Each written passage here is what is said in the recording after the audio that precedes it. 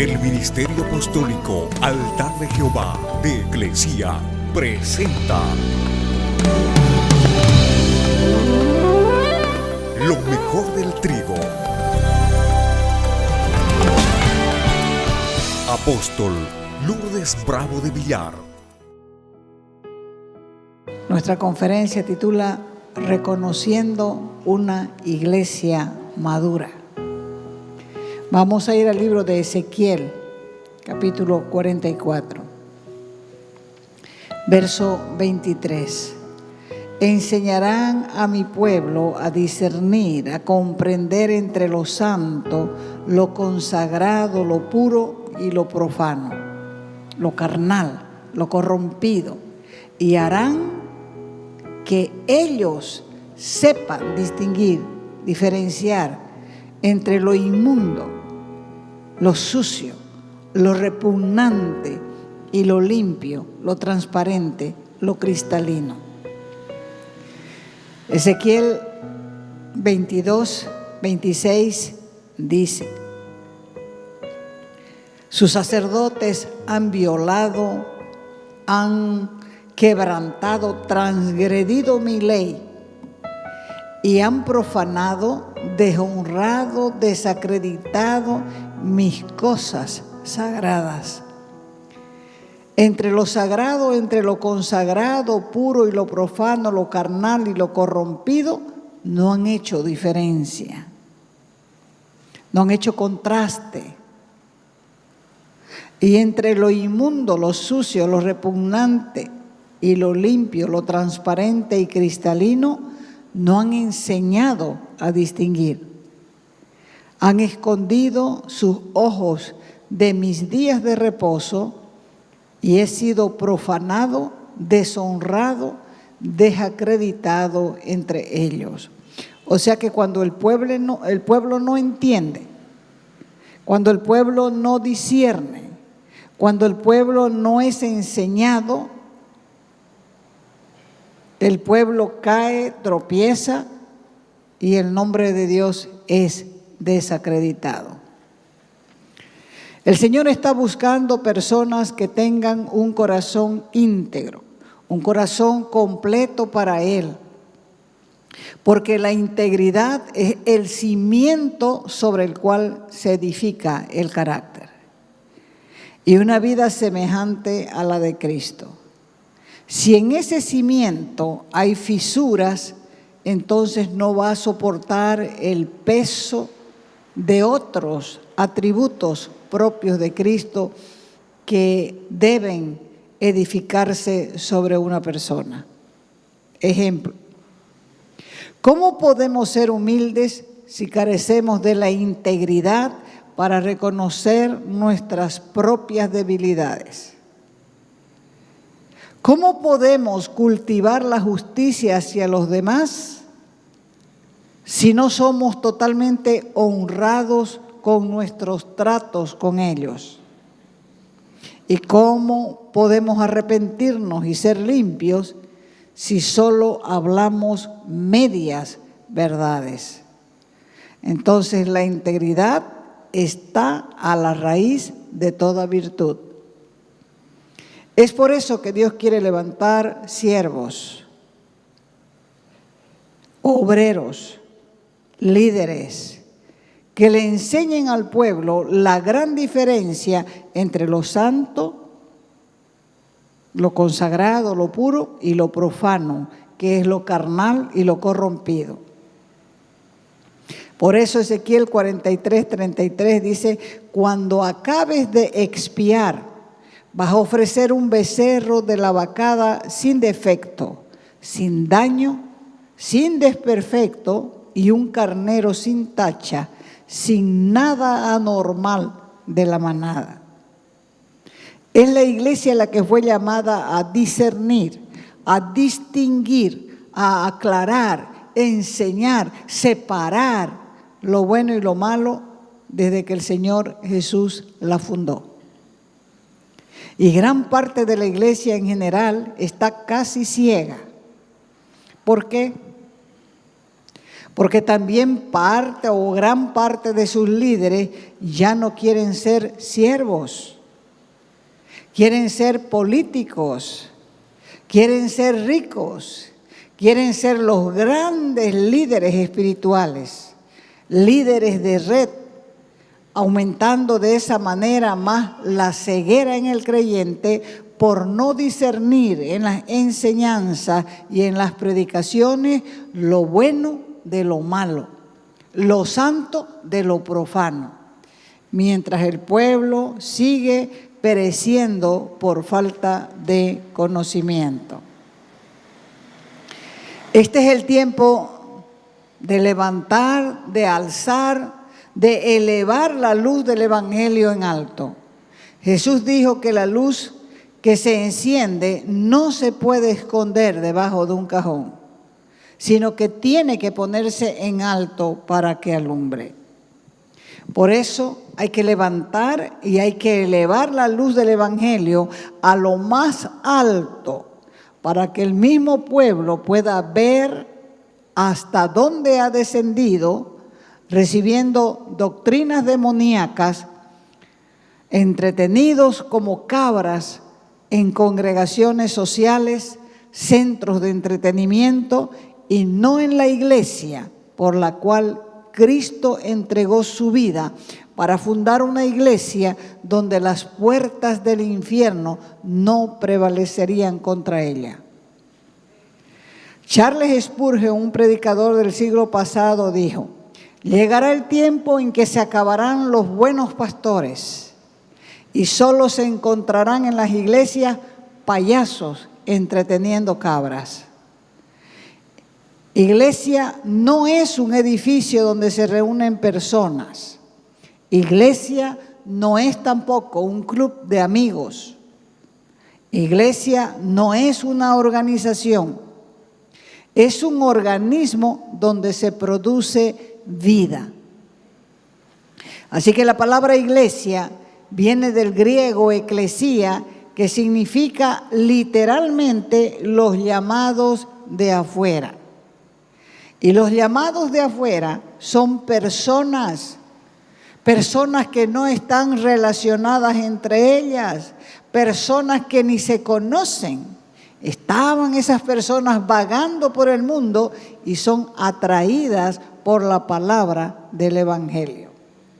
La iglesia madura tiene discernimiento. Porque la iglesia tiene que discernir en qué tiempo está viviendo. Son tiempos peligrosos porque estamos viviendo en tiempos como los que vivió el profeta Ezequiel, donde los sacerdotes y los líderes que estaban llamados para guiar al pueblo ya no estaban haciendo diferencia entre lo bueno y lo malo, entre lo santo y lo profano, entre lo limpio y lo inmundo.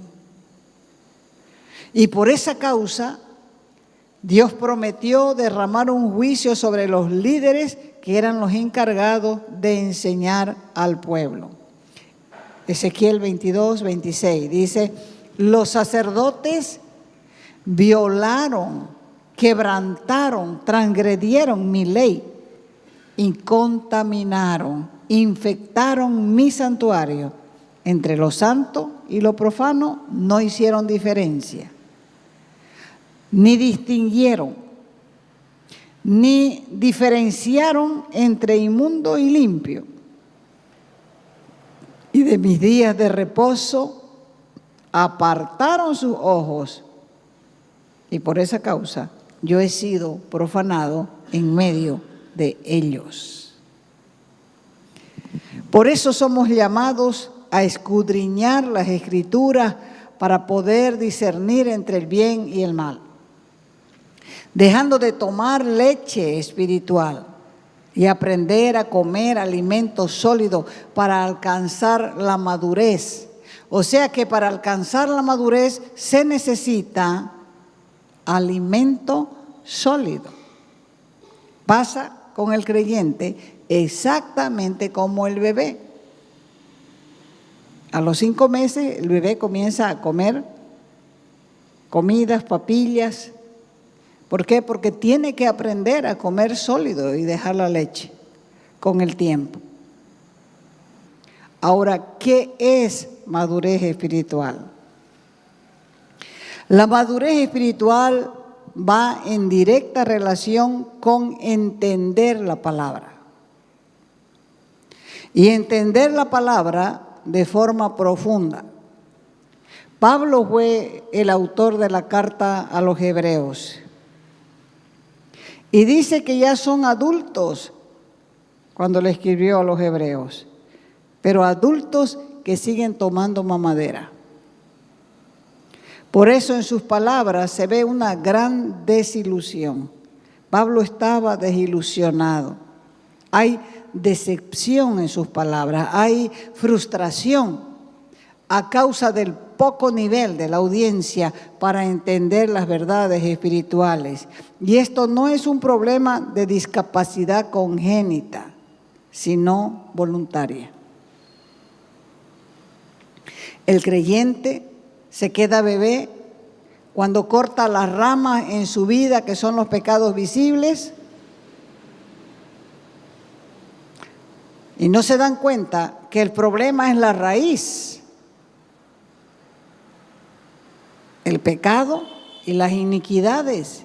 Y cuando uno confiesa los pecados y no sabe cuáles son sus iniquidades, se vuelve un religioso que vive escondiendo lo que tiene adentro, y al esconder lo que tiene adentro no puede avanzar.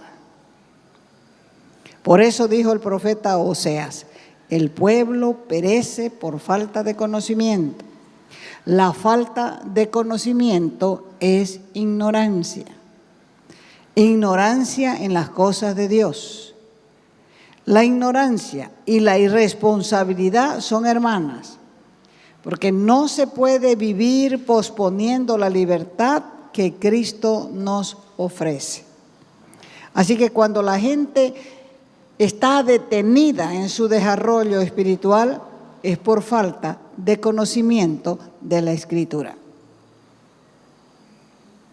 Porque la madurez espiritual depende de lo que entiendas de ella. Entonces, por eso Dios está llamando de nuevo a no desechar el discernimiento, para que no caigamos en la apostasía y en las falsas doctrinas que dañan la vida espiritual y aún nuestra relación con Dios, sino que más bien seamos como los cristianos de Berea, que cuando Pablo les predicó, ellos mismos comprobaron si lo que predicaba Pablo era verdad.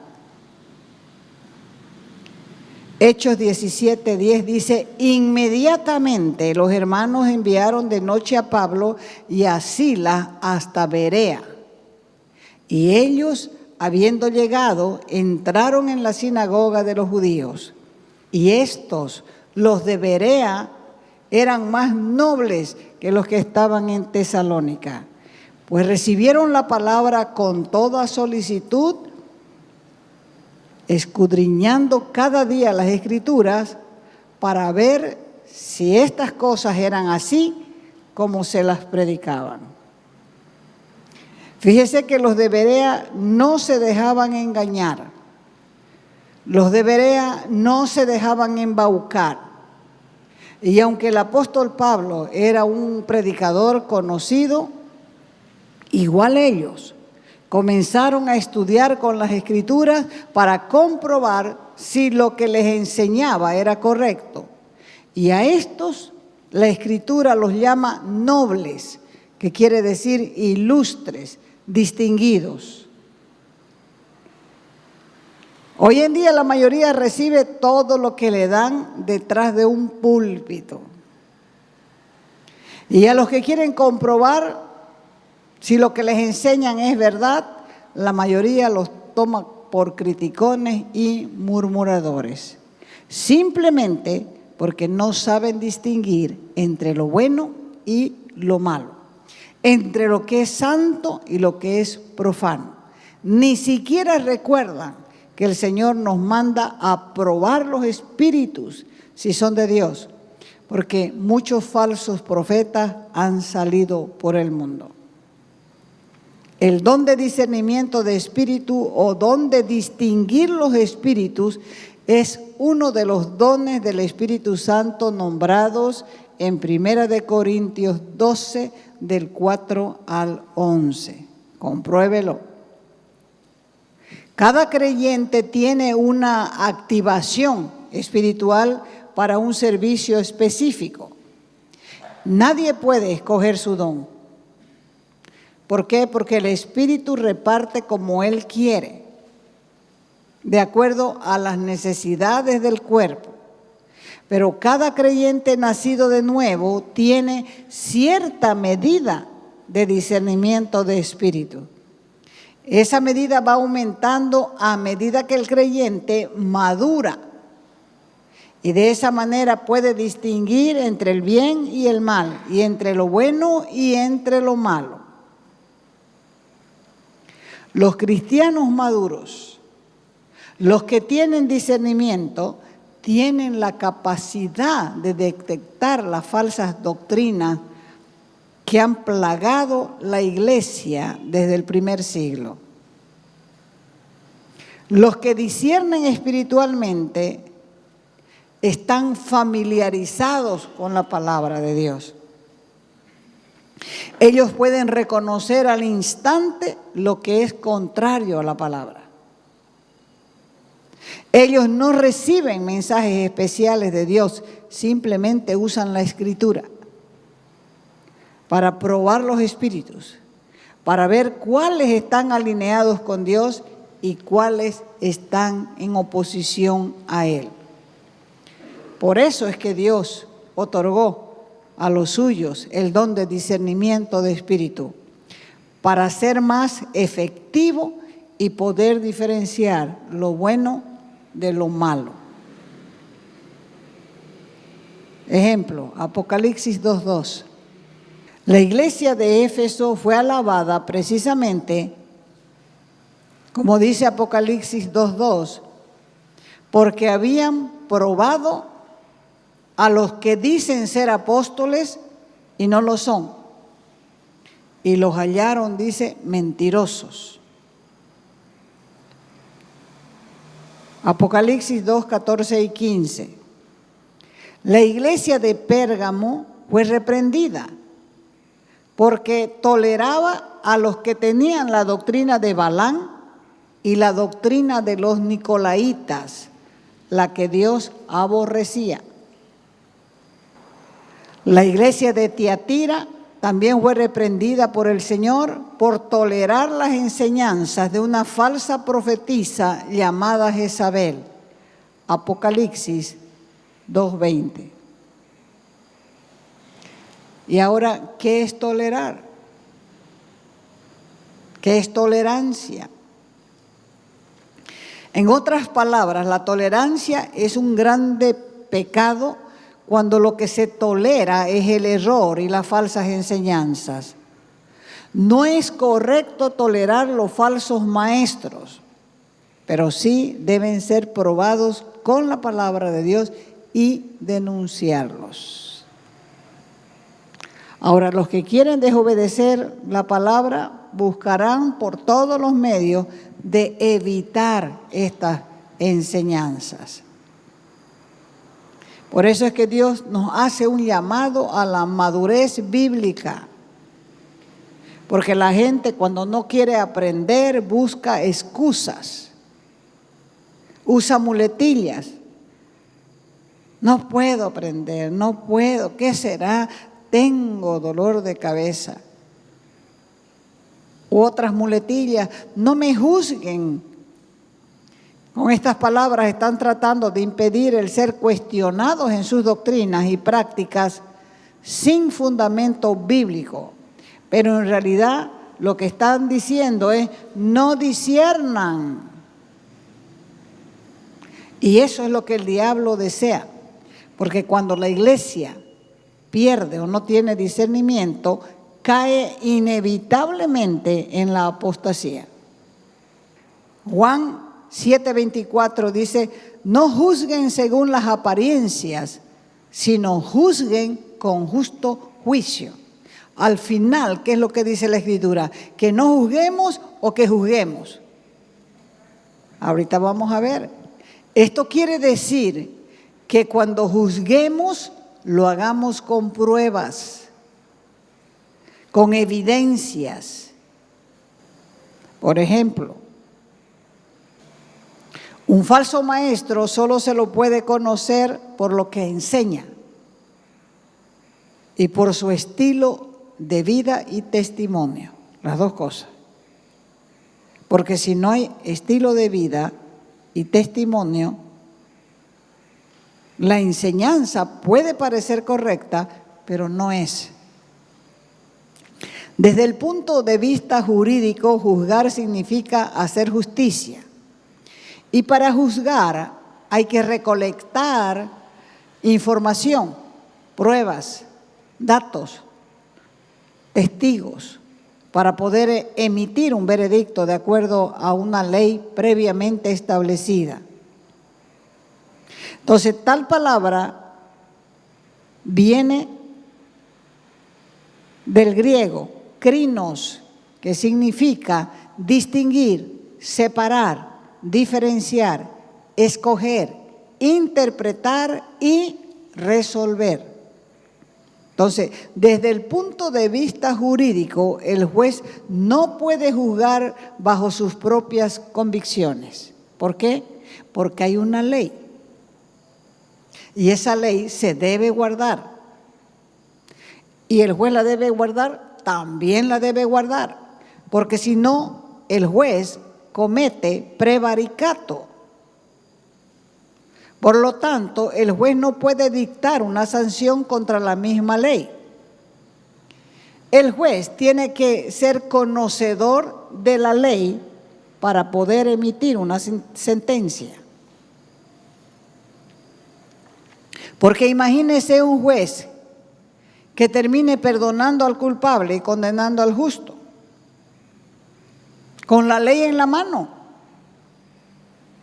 Ese juez iría a la cárcel por haber fallado a la justicia y por haber fallado a la Constitución y a las leyes. Lo mismo pasa con el creyente desde el punto de vista del cristianismo bíblico. Cualquier juicio que nosotros hagamos tiene que estar de acuerdo a la Escritura, porque la Escritura es nuestra ley y nuestra carta magna por la cual nos regimos como creyentes.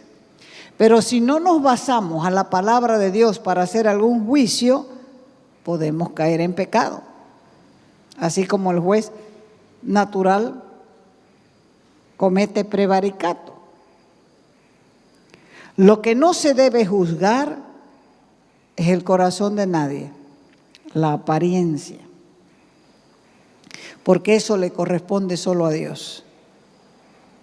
También es importante saber que no se puede juzgar lo que vos estás practicando, porque también sería un juicio hipócrita si es que vos haces lo mismo.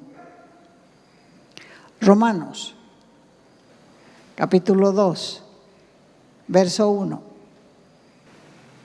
Dice, por lo cual no tienes excusa, oh hombre, quien quiera que seas, tú que juzgas, pues al juzgar a otro, a ti mismo te condenas, porque tú juzgas y practicas las mismas cosas. Pero sí podemos juzgar sus frutos, los hechos, las palabras. Porque la Escritura dice, guárdense de los falsos profetas que vienen a ustedes vestidos de ovejas, pero por dentro son lobos rapaces. Por sus frutos los conocerán.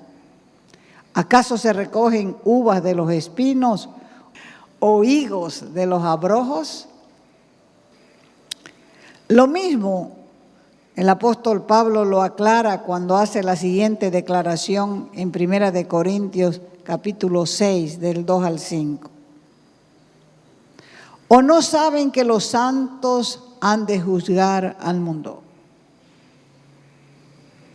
Y si el mundo ha de ser juzgado por ustedes, ¿son indignos de juzgar cosas muy pequeñas?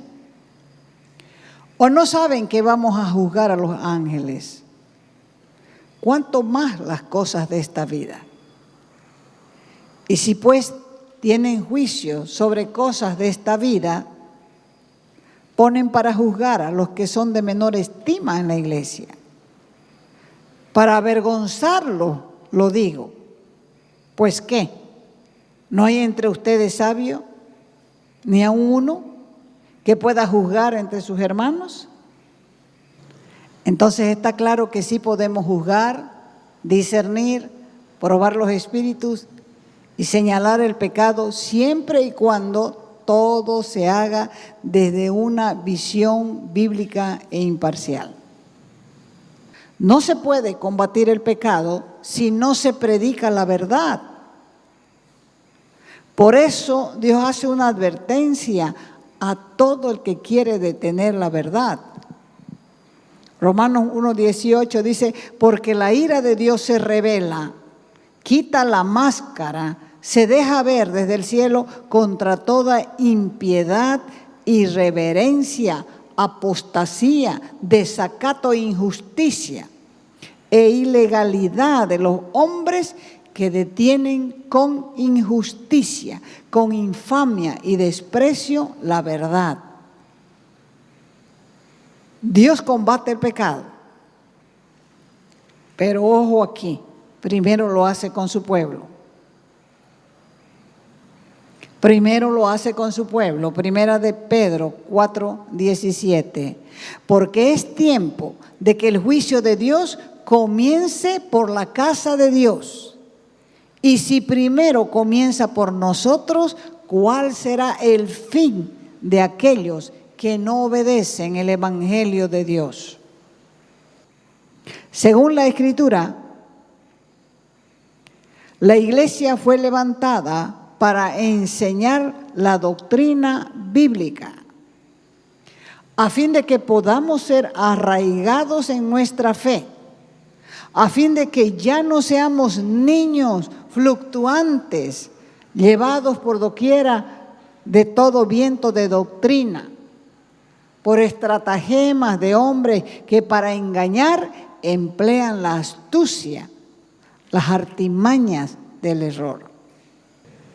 Por eso la iglesia fue llamada a discernir, a distinguir, a aclarar, a enseñar, a separar lo bueno y lo malo desde su fundación por el Señor Jesús. Entonces es tiempo de abrir los ojos y levantar la luz del evangelio del reino. Pues si la iglesia no llegó lejos, es por falta de madurez del mismo pueblo. El Señor Jesús dijo, yo soy la luz del mundo.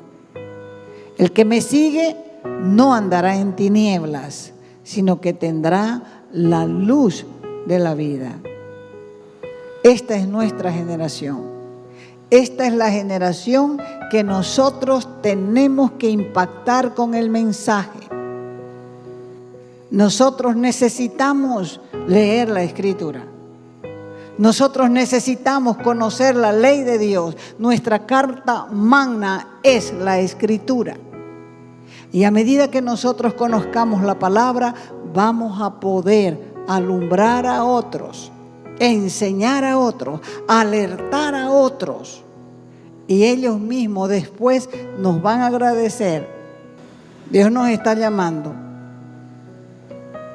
a ser completamente diferentes, a hablar la verdad y a proclamar un Cristo que vino a este mundo para salvar lo que se había perdido.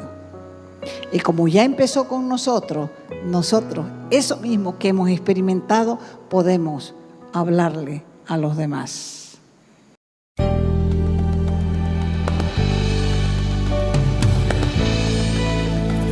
Te invitamos invitamos a nuestras conferencias los días viernes, sábados y domingos a las 20 horas y el domingo a las 10 de la mañana.